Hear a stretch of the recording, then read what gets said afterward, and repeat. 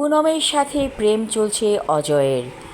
অনেক অন্যরকম প্রেম, যেই প্রেমের শেষ হয় বিয়ে দিয়ে। পুনম বলল, আমি আর কতদিন তোমার জন্য অপেক্ষা করব। অজয় বলল, আর কিছুটা দিন, একটা ভালো চাকরি পেয়ে নেই, তোমাকে বিয়ে করব। ভাতিজা পিপলু সব বুঝতে পারে, তার কাকু দিন দিন চেঞ্জ হয়ে যাচ্ছে। অজয়ের বৌদিও সব বুঝতে পারে, অজয় আগের মতো নেই। হঠাৎ করে বৌদির মনে একটা অন্যরকম চিন্তা এলো এবং সে চাইল অজয়কে দখল করতেই হবে, নইলে এই ছোট্ট ছেলে পিপলুকে নিয়ে কোথায় দাঁড়াবে। অজয় যদি বিয়ে করে ফেলে তাহলে সে অসহায় হয়ে যাবে। তার শিক্ষাগত যোগ্যতা অনেক কম, এই যুগের বাজারে এই শিক্ষা দিয়ে কোনো চাকরি হবে না। ছোট পিপলু বলে, মা, তুমি সারাদিন কী চিন্তা করো? রাধা বলে, অনেক কিছু রে বাবা। পিপলু বলে, কাকু যেন কেমন চেঞ্জ হয়ে যাচ্ছে, তাই না মা? কাকুকে বাবা ডাকতে আমার ইচ্ছে করে, বলে পিপলু। রাধা তাকিয়ে থাকে পিপলুর দিকে, বলে, সত্যি বলছিস? পিপলু বলল, মন্দ কি, কাকুই আমার বাবা হয়ে যাক না। রাধা বলল, অবশ্যই হয়ে যাবে। রাতে যখন অজয় বাড়ি এলো তখন ইতিমধ্যে পিপলু ঘুমিয়ে পড়েছে। রাধা লাল শাড়ি পরেছে, কপালে দিয়েছে সিঁদুরের টিপ।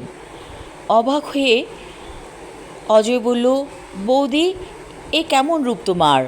বৌদি বলল, তুমি না বলেছিলে সাদা শাড়ি পরলে আমাকে ভালো দেখায় না, তাই তো আমি লাল শাড়ি পরেছি।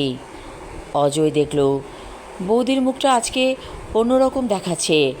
সে ভাবছে, এখন কি হবে? বৌদি কি ওর কাছে আসছে? অজয় বলল, বৌদি, এ হয় না। বৌদি বলল, আমার পিপলুর বাবা চাই। পিপলু আজ আমাকে বলেছে কাকুকে বাবা ডাকতে ইচ্ছে করে। অজয় বলল, তুমি রাজি বৌদি? আমার যে একজন প্রেমিকা আছে। বৌদি বলল, ও এখন কুমারী মেয়ে, ওর সামনে অনেক ভবিষ্যৎ, ভালো পাত্র পেয়ে যাবে। কিন্তু পিপলু তো বাবা পাবে না, কি হবে আমার পিপলুর? ও তো তোমারই রক্ত। অজয় বলল, সিঁদুরের কৌটা নিয়ে আসো, এখনই তোমাকে সিঁদুর পরিয়ে দিচ্ছি। রাধা সিঁদুরের কৌটা দিল তার দেবর অজয়ের হাতে। অজয় সেখান থেকে সিঁদুর নিয়ে পরিয়ে দিল রাধার সিঁথিতে। রাধাকে অনেক সুন্দর লাগছে, মনে হচ্ছে অপূর্ব সুন্দর এক নারী তার সামনে। এ তার বৌদি নয়, যেন জনম জনমের পরিচিত এই রাধা। অজয় বলল, আমি বিরাট বড় একটা ভুল করতে যাচ্ছিলাম, আমার ভাতিজার আসলেই তো কি হতো? রাধা বলল, সবই ভগবানের ইচ্ছা। এমন সময় কাঠ বললেন সালাউদ্দিন, এখন টি ব্রেক। সবাই হৈ হৈ করে বলল, অনেক সুন্দর দৃশ্য নেওয়া হয়েছে, আমরা এখন চা খাবো।